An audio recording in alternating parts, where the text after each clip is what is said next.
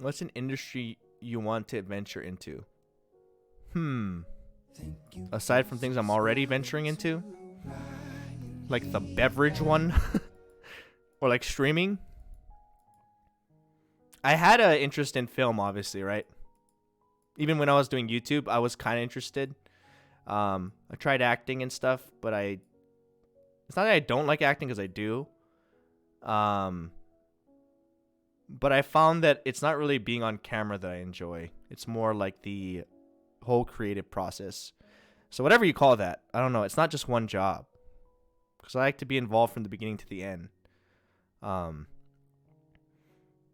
it has to be something I really care about, which is why I'm not producing YouTube videos, because there's nothing that I really feel like, oh, this is going to be different if I do it. It would have to be something more challenging. Not challenging, because you can make any video challenging, but yeah, you know what? Something challenging and different and worth putting that much time into, if that makes sense. It is fun.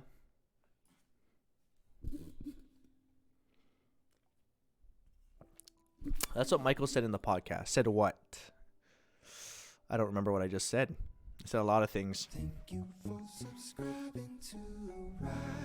Michael said in the podcast, Bogart. What did he say?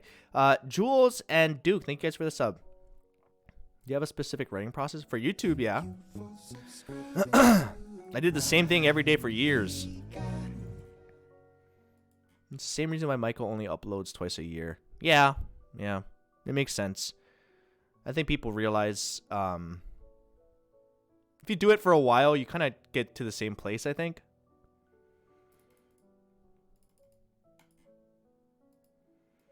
Michael didn't want to make videos just to grind out videos. He wanted to enjoy making them forever. Yeah.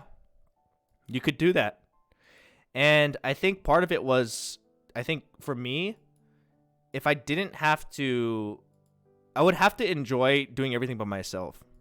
Because you can't do that kind of schedule and routinely pay people if you're not constantly producing, because you can't afford to do it. So you'd have to enjoy doing every process, and I don't enjoy doing all of it. You know, I don't enjoy doing all of that. I like the creative process, but at the same time, I don't want to go and pull footage again. You know, I've been through all that already. I think I could do that. That would be the cheap way to get things done, but I don't enjoy doing it. And fortunately, I'm in a place where I don't need to do that, because it's actually like pulling teeth for me. Watching yourself over and over and over and listening to yourself, it actually used to make me mad. When I used to have to edit and pull my own footage, I get mad at myself. And people don't. It's a weird thing to understand until you do it over and over and over. And it sounds stupid and funny, right? But I would literally be like, in my head, I'd be like, shut up, dude. Shut up. Hey, guys. Hey, guys.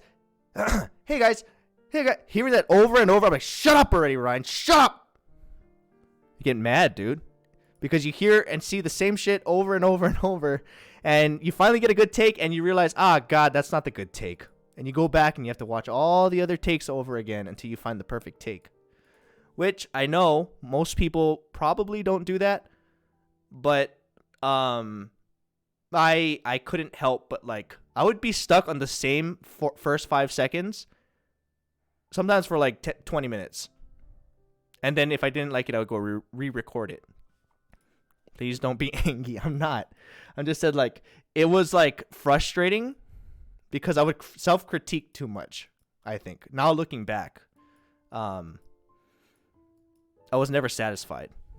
And I found that was more upsetting than it was bringing me happiness. Kitty Cat, thank you for Twitch Prime. And Tony, thank you for the 18 months.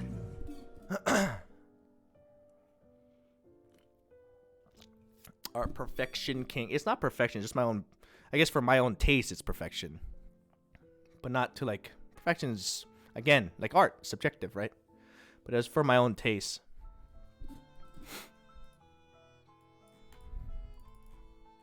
One of the hardest things I had to do was when I first started working with Greg or any other editor, was let go of that feeling And it took a long time before I started letting go of that.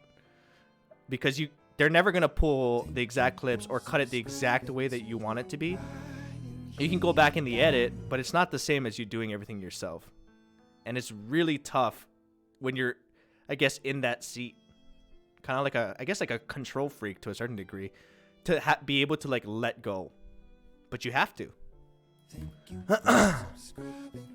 You have to be able to do that, or else you can't do everything. I've heard a lot of YouTubers struggle with getting an editor for the first time. It's not just you. Oh, I know that.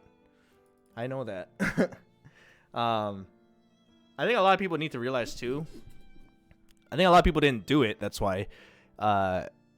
Doing everything yourself first, so that you know how to find the right editor, or you know how to kind of work with the right editor or right film team. You can't just jump into it and expect them to know what you want exactly. Or you have to be okay with not wanting something a specific way. I think.